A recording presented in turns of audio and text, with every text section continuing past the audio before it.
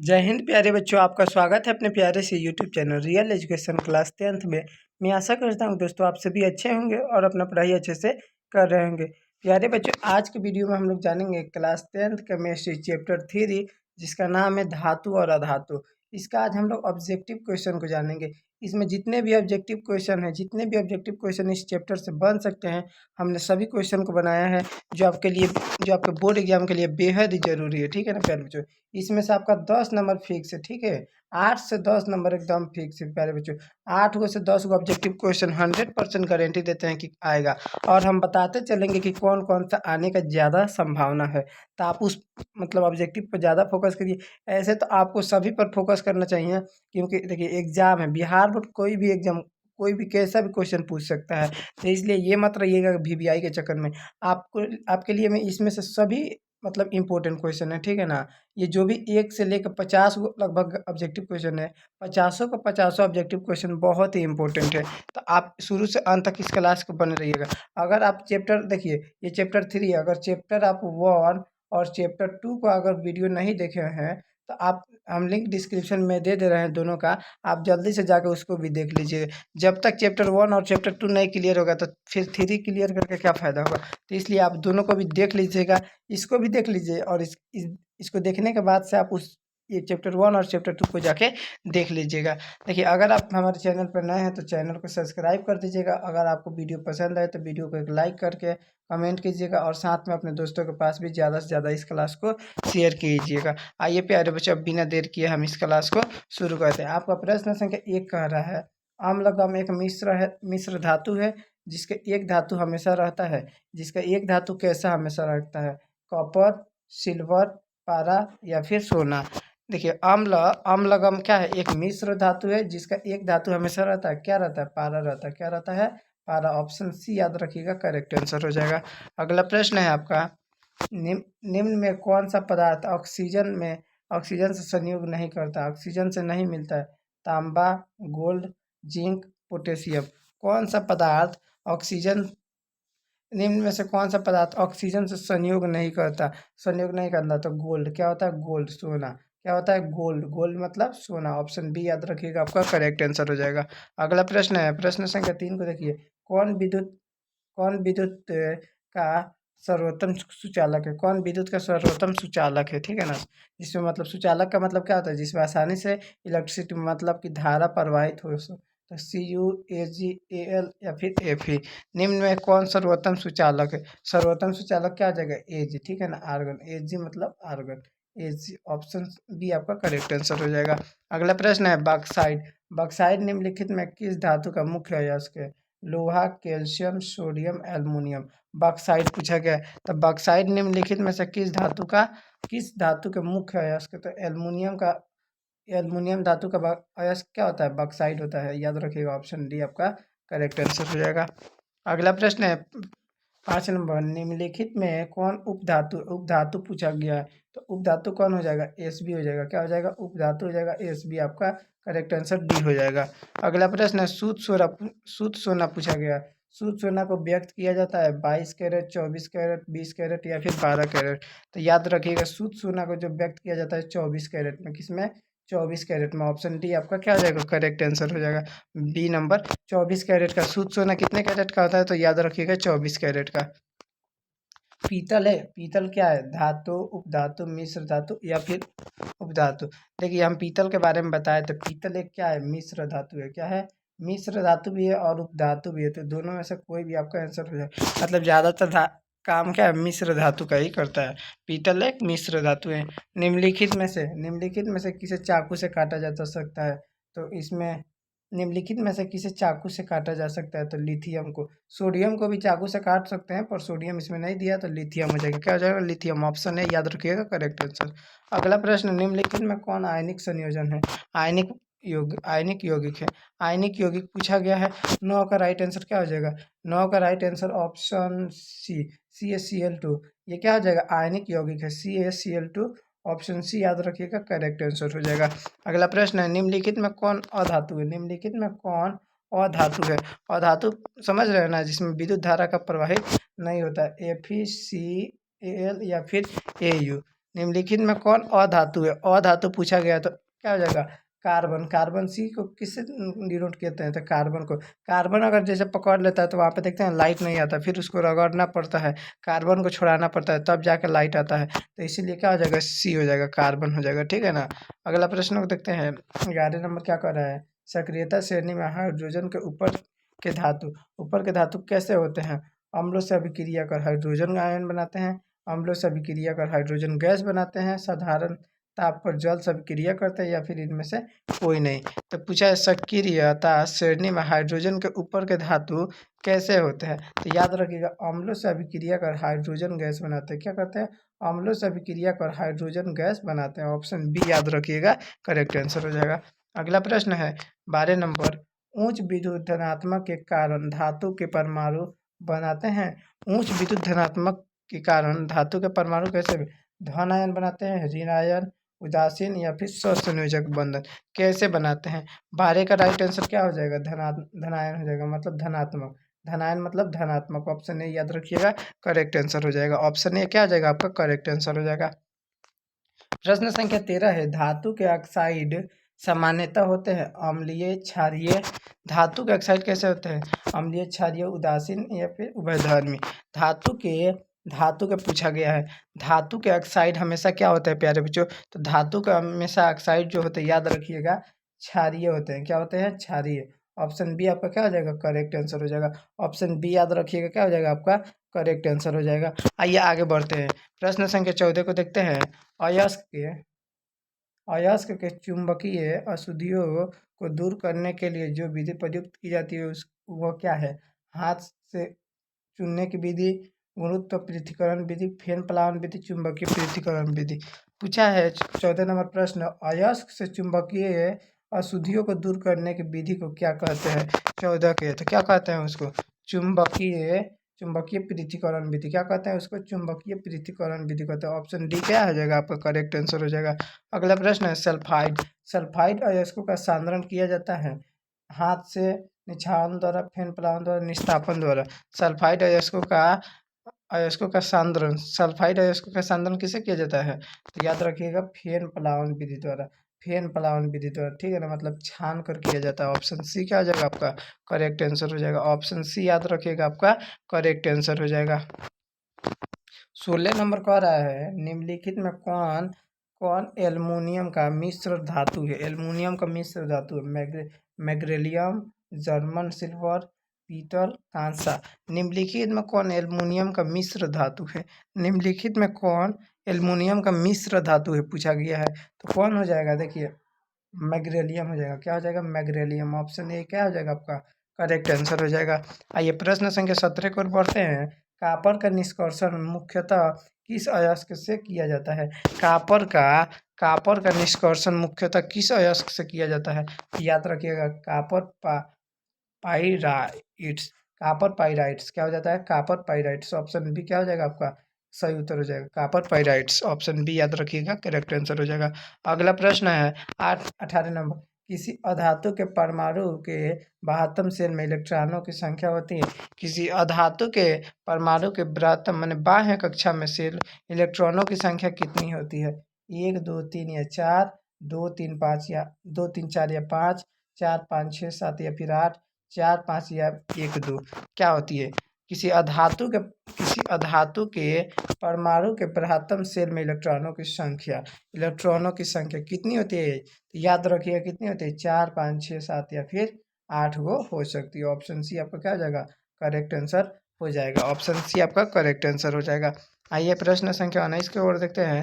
साधारण गंधक किस आणविक रूप में पाया जाता है? साधारण गंधक किस आणविक रूप में पाया जाता है? एस के रूप में, S3, S8 या फिर S4। देखिए साधारण गंधक जो होता है वो S8 के रूप में पाया जाता है। क्या होता है? S8 के रूप में पाया जाता है। ऑप्शन सी क्या हो जाएगा आपका? 100% राइट आंसर हो जाएगा। 100% राइट है। फास्फोरस, देखिए फास्फोरस का आणविक सूत्र पूछा है। फास्फोरस का आणविक सूत्र, तो फास्फोरस का आणविक सूत्र आपको मालूम ही होगा। फास्फोरस का आणविक सूत्र P4 होता है। क्या होता है? P4। ऑप्शन डी याद रखिएगा, P4 होता है। प्यारे बच्चों अगर आपको इसका PDF नोट्स लेना चाहते हैं अगर आप इसका PDF नोट्स लेना चाहते हैं तो बिल्कुल फ्री में आपको मिलेगा। मैं व्हाट्सअप का लिंक डिस्क्रिप्शन में दिया हूँ, आप वहाँ से व्हाट्सअप ग्रुप में ज्वाइन हो जाइए। व्हाट्सअप में पहले ज्वाइन हो जाइए जाके, व्हाट्सअप में ज्वाइन जब हो जाइएगा तब मैं इसका PDF नोट्स आपको भेज दूँगा, फिर आप इसको डाउनलोड करके आप अपना पढ़ सकते हैं, ठीक है ना। तो पहले आपको व्हाट्सअप ग्रुप में ज्वाइन होना पड़ेगा, फिर इसका PDF नोट्स आपको मिल जाएगा पूरा फ्री में। जिस भी चैप्टर का आप लेना चाहते हैं आप हमारे नंबर पे भी कॉल कर सकते हैं, नंबर भी बता दे रहे हैं हम आपको। देखिए 85 398 71 728 ये दिए नंबर है, जो भी आपके स्क्रीन पर दिख रही है हमारा नंबर है। आप इस पर कॉल या फिर व्हाट्सअप कर सकते हैं, ठीक है ना। और PDF नोट्स ले सकते हैं, बहुत ही आसानी से आप इसका PDF नोट्स ले सकते हैं। आइए प्यारे बच्चों आगे बढ़ते हैं हम लोग। प्रश्न संख्या 21 का रहा है, सोना निम्नलिखित में से किस द्रव में घुल जाता है? अम्ल राज में, सांद्र सल्फ्यूरिक अम्ल में, सांद्र नाइट्रिक में, या फिर इनमें से सभी। सोना पूछ रहा है, सोना किस द्रव में घुल जाता है? सोना किस द्रव में घुल जाता है प्यारे बच्चों? तो याद रखिए अम्ल राज में। किसमें? अम्ल राज में। अम्लों के राजा में जो होता है क्या होता है? सोना घुल जाता है। ऑप्शन ए क्या हो जाएगा आपका करेक्ट आंसर हो जाएगा। अगला प्रश्न है, कौन सा धातु कमरे के ताप पर द्रव होता है? तो कौन सा धातु कमरे के ताप पर द्रव होता है? कमरे के ताप पर जो द्रव होता है उसका नाम है ब्रोमीन। क्या नाम है? ब्रोमीन। याद रखिएगा ऑप्शन ए क्या हो जाएगा करेक्ट आंसर हो जाएगा। अगला प्रश्न है, सीसा और टीन। सीसा और टीन मिश्र धातु को कहते हैं। सीसा और टीन के मिश्र धातु क्या कहते हैं? सोल्डर, स्टील, गम गन, मेटल, या फिर उपधातु। सीसा और टीन, सीसा और टीन के मिश्र धातु को जब सीसा और टीन मिल जाते हैं तो उसको क्या बोलते हैं? सोल्डर बोलते हैं। क्या बोलते हैं? सोल्डर, ठीक है ना। याद रखिएगा सोल्डर बोला जाता है। ऑप्शन ए क्या हो जाएगा आपका 100% राइट आंसर हो जाएगा।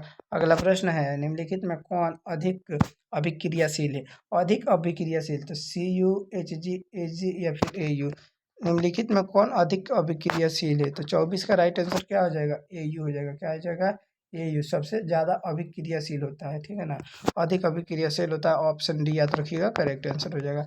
अगला प्रश्न है, निम्नलिखित में कौन कौन अति ज्वलनशील है? अति ज्वलनशील मतलब जो अति ज्वलनशील का मतलब क्या होता है? जो सबसे ज़्यादा जलता है। तो 25 का राइट आंसर ये आ जाएगा, लाल फास्फोरस, श्वेत फास्फोरस, साधारण फास्फोरस, या फिर प्लास्टिक फास्फोरस। देखिए अति ज्वलनशील क्या होता है? सफ़ेद फास्फोरस होता है। वो क्या होता है? जो मतलब आप मतलब बगली में जेब में भी रख उसको मतलब रखे भी रहिएगा ना आप हाथ में चाहे जेब में, तो थोड़ा सा गर्मी उसको महसूस हुआ तुरंत आग लग जाएगा। श्वेत फास्फोरस में तुरंत क्या हो जाएगा?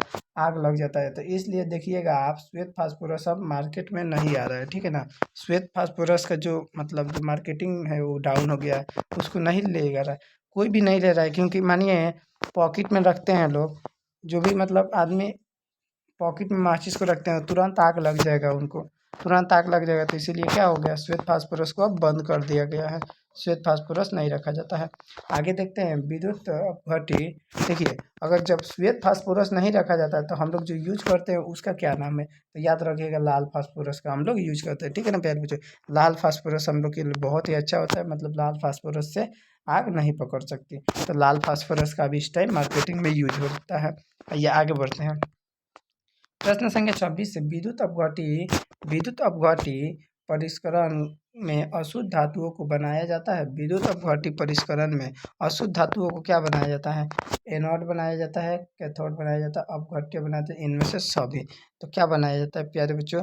विद्युत विद्युत अपघटी परिष्करण में अशुद्ध धातुओं को क्या बनाया जाता है? तो याद रखिएगा एनोड बनाया जाता है। क्या बनाया जाता है? एनोड। ऑप्शन ए आपका क्या हो जाएगा करेक्ट आंसर हो जाएगा, एनोड बनाया जाता है।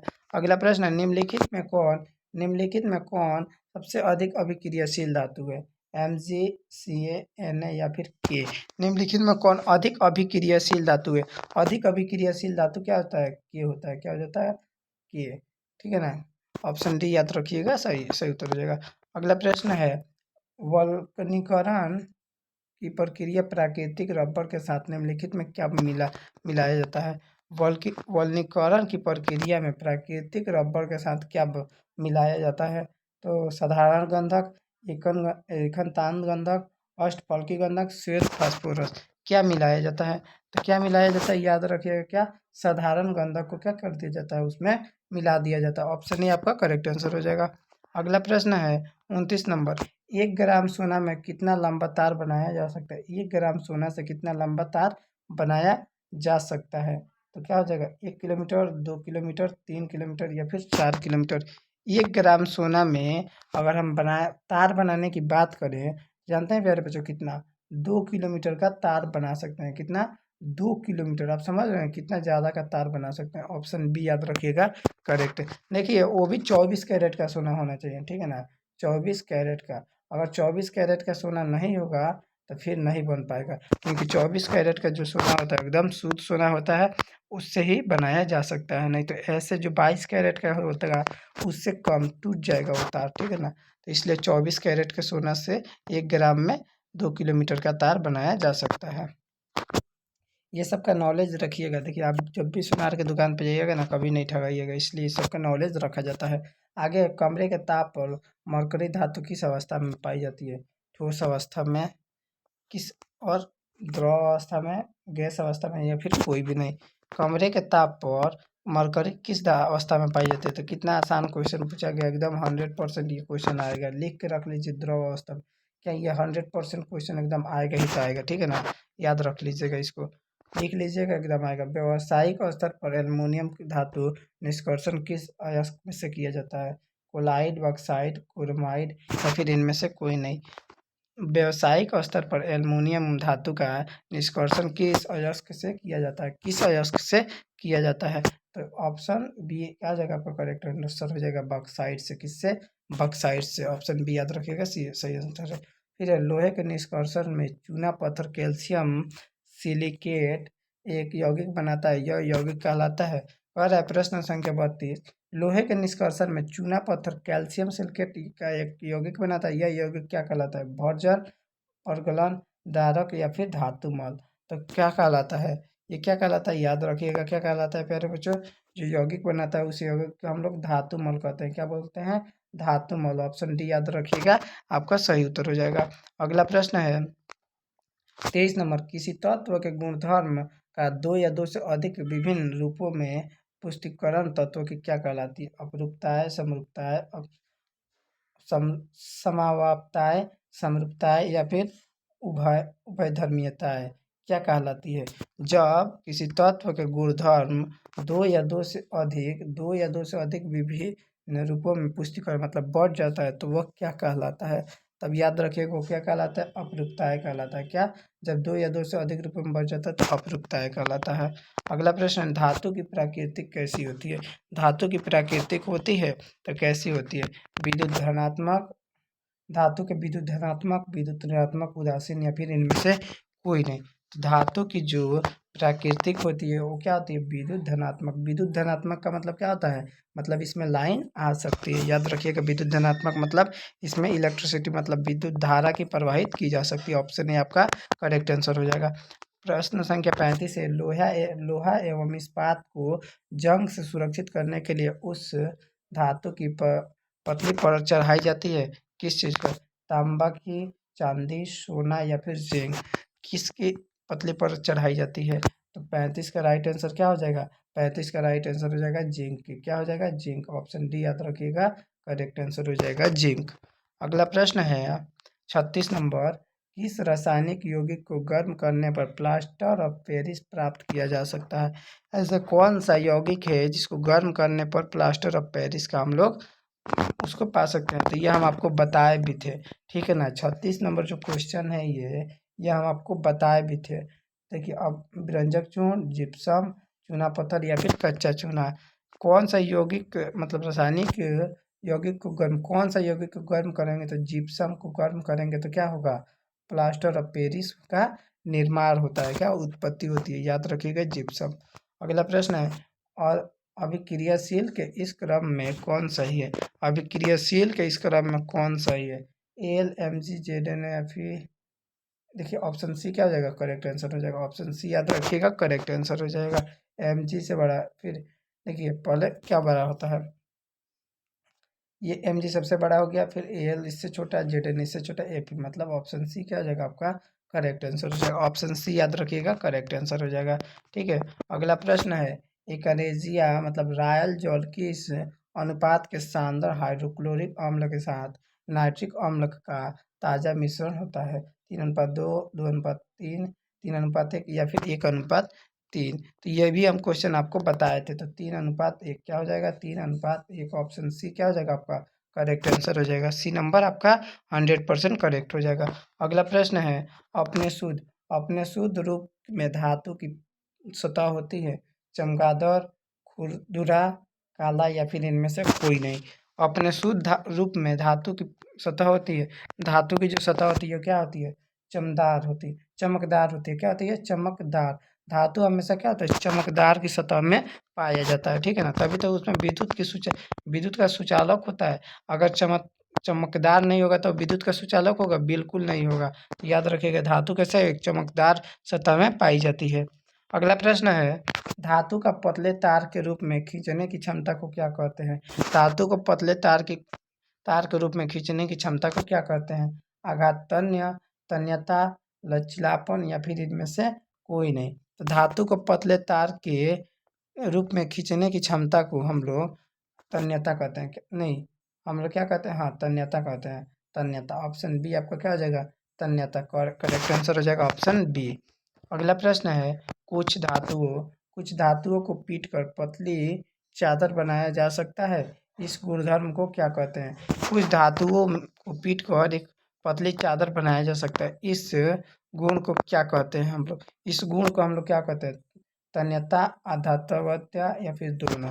तो देखिए, कुछ धातुओं को पीटकर पतली चादर बनाई जा सकती है, इस गुणधर्म को हम लोग आघातवर्धनता कहते हैं। आघातवर्धनता मतलब ऑप्शन बी क्या हो जाएगा आपका करेक्ट आंसर हो जाएगा। ऑप्शन बी याद रखिएगा, करेक्ट आंसर हो जाएगा। प्रश्न संख्या 42 है, जो धातुएं कठोर सतह से टकराने पर आवाज उत्पन्न करती है उन्हें क्या कहते हैं? जो धातुएं कठोर जो मजबूत सतह से मतलब टकराती है और आवाज करती है, तो उस आवाज उत्पन्न करते हैं उसे क्या कहते हैं? तन्यता, धार्मिक, ध्वनिक, अधात्वन्य या फिर इनमें से कोई नहीं। तो वैसी धातुएं जो ठोस अवस्था से टकरा कर आवाज उत्पन्न करती है उसको हम लोग क्या करते हैं? तो उसको हम लोग ध्वनिक कहते हैं, मतलब सोनोरोस कहते हैं। ध्वनिक मतलब सोनोरोस, मतलब ये क्या करती है? आवाज कर रही है। तो इसलिए ऑप्शन बी आपका क्या हो जाएगा? करेक्ट आंसर हो जाएगा। ऑप्शन बी याद रखिएगा, क्या हो जाएगा? करेक्ट आंसर हो जाएगा। आइए आगे बढ़ते हैं। आगे प्रश्न है, सबसे अधिक तन्य धातु कौन है? सबसे अधिक तन्य धातु तो क्या हो जाएगा? तांबा हो जाता है। क्या हो जाता है? सबसे अधिक तन्य धातु क्या होता है? तांबा होता है। ऑप्शन बी आपका करेक्ट आंसर हो जाएगा। अगला प्रश्न, इनमें से कौन अधातु होते हुए भी चमकीला होता है? अधातु देखिए पूछा, मतलब अधातु का मतलब क्या होता है? जिसमें विद्युत धारा प्रवाहित ना हो। देखिए फिर भी कह रहा है, निम्नलिखित में से कौन अधातु है फिर भी वह चमकीला होता है? तो चमकीला होता है कार्बन, ब्रोमीन, आयोडीन या फिर इनमें से कोई नहीं। तो कौन ऐसा जो धातु है जो मतलब चमकीला होता है? ये एक आपका छूट गया क्या? 43 नंबर का क्वेश्चन छूट गया है शायद। सबसे अधिक 43 नंबर का आपका आंसर छूट गया। सबसे अधिक तन्य धातु क्या होता है? सोना होता है। क्या होता है? सोना होता है। ऑप्शन डी याद रखिएगा, सोना आपका करेक्ट आंसर हो जाएगा, ठीक है ना। क्या हो जाएगा? सोना हो जाएगा आपका करेक्ट आंसर। अगला प्रश्न है, निम्नलिखित में कौन अधातु होते हैं जो चमकीला होते हैं? चमकीला के बाद पूछा गया, ठीक है ना। 44 का राइट आंसर क्या हो जाएगा? आयोडीन। आयोडीन जो अधातु है, पर ये क्या होता है? आयोडीन समझ रहे हैं ना, नमक NaCl क्या है? ये अधातु है फिर भी क्या होता है? वाइट होता है, चमकता है ना, इसीलिए इसको कहा गया है चमकीला होता है। सबसे कठोर प्राकृतिक पदार्थ होता है। ये तो VVI क्वेश्चन है, लिख के रख दीजिए। मानिए तो ये आ ही गया है, मानिए ये छप गया, पेपर में छप गया है, ठीक है ना। इतना VVI क्वेश्चन तो आज तक मैंने नहीं देखा है। कठोर प्राकृतिक पदार्थ तो याद रखिएगा, हीरा से ज़्यादा कठोर प्राकृतिक पदार्थ कुछ नहीं होता, ठीक है ना। अगर हीरा को आप खाली थोड़ा सा भी मतलब जैसे जीभ के पास भी रख लेते हैं ना, तो हो गया काम। इसको मतलब थोड़ा सा भी जीभ के पास रखने से भी क्या होता है? डेथ हो जाता है। सबसे कठोर पदार्थ होता है, बहुत ही हार्ड होता है। अगला प्रश्न है, एल्युमिनियम पर मोटी ऑक्साइड की परत बनाने की प्रक्रिया को क्या कहते हैं?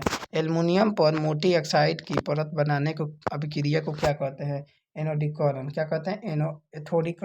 एथोडीकरण क्या कहा जाता है? एथोडीकरण। ऑप्शन ए याद रखिएगा, करेक्ट आंसर हो जाएगा एथोडीकरण। देखिए ये 46 सब्जेक्टिव क्वेश्चन हमने करा दिए, ठीक है ना। आप हमको बताइएगा कि आप 46 में से कुल कितने प्रश्न को सही किए हैं। कुल कितना प्रश्न आपको पहले से मालूम था। अगर मालूम था तो आप हमको कमेंट करके बताइएगा कि आपका कुल कितना प्रश्न सही भी हुआ है। राइट प्रश्न मतलब राइट मतलब कुल कितना प्रश्न आपका सही किए हैं, आप कितना प्रश्न को सही किए हैं। अगर आप इसमें से 35 से 40 प्रश्न सही कर दे रहे हैं, 35 से 40, तो आपका 400 प्लस एकदम कंफर्म में 400 प्लस। अगर आप 40 प्लस कर दे रहे हैं, 40, 42, 43, 45 ऐसे करके सही कर दे रहे हैं, तो आपका 450 प्लस एकदम है क्लियर हो जाएगा। ठीक है ना। हम देखिए अनुमान लगा लेते हैं और वो अनुमान हमेशा सही होगा। मतलब 1-2 नंबर इधर उधर हो सकता है पर उससे ज़्यादा नहीं। तो आपका अगर आप 40 प्लस सही किए हैं तो एकदम याद है, आपको टेंशन नहीं लेना है। आप 450 प्लस के लक्ष्य पे आ चुके हैं। ठीक है ना। जो हम लोग का ड्रीम था आप उसको अचीव करने में पूरा सक्षम होंगे, ज़रूर होंगे। ठीक है। तो अब हम वैसा ही क्वेश्चन ही बताते हैं। देखिए ये सब क्वेश्चन इसमें का मतलब आधा क्वेश्चन 10-12 को क्वेश्चन ऐसा था ना जो हम आपको पहले ही करा चुके हैं। बहुत पहले जब साइंस का हम लोग वीवीआई ऑब्जेक्टिव क्वेश्चन कराए थे ना, पता नहीं 100 गो था कि 50 गो, तो उसमें हम पहले ही करा चुके थे आपके लिए। तो इसीलिए ये भी क्वेश्चन बहुत ही ईजी था, कोई भारी क्वेश्चन नहीं था। ऐसे ही क्वेश्चन पूछा जाता है, कोई भारी नहीं पूछा जाता है। तो आप ये सब बहुत ही आसानी से कर लीजिएगा। ठीक है प्यारे बच्चों, अगर देखिए अभी तक आप इस चैनल को सब्सक्राइब नहीं किए होंगे तो सब्सक्राइब कर दीजिए, जिससे कि क्या होगा कि हम जब भी वीडियो डालेंगे सबसे पहले नोटिफिकेशन आपका पहुंचेगा, आप तक पहुंचेगा। और आप उसी टाइम वीडियो को क्या कर लीजिएगा, देख के अपना पढ़ाई को एकदम बेहतरीन कर तरीके से अपने मोड पर ला लीजिएगा। तो इस चैनल को सब्सक्राइब जरूर से कर दीजिए। और अगर आपको ये वीडियो पसंद आया होगा तो वीडियो को भी लाइक करके अपने दोस्तों के पास प्लीज़ शेयर कीजिएगा। इस क्लास को ज़्यादा से ज़्यादा शेयर कीजिए, क्योंकि इस क्लास को बनाने में बहुत ज़्यादा टाइम हम लोग का स्पेंड भी होता है, बहुत मेहनत लगता है। ठीक है ना। तो आप इस क्लास को ज़्यादा से ज़्यादा शेयर कीजिएगा। जितने बच्चे हम लोग की तरफ से पढ़ेंगे उसका और भी बहुत ही अच्छा रहेगा हमारे लिए, हमको एक मतलब मोटिवेट मिलेगा। तो इसीलिए आप इस क्लास को ज़्यादा से ज़्यादा शेयर कर दीजिए। ठीक है ना प्यारे बच्चों, हम लोग मिलते हैं एक नए वीडियो में, तब तक के लिए जय हिंद जय भारत।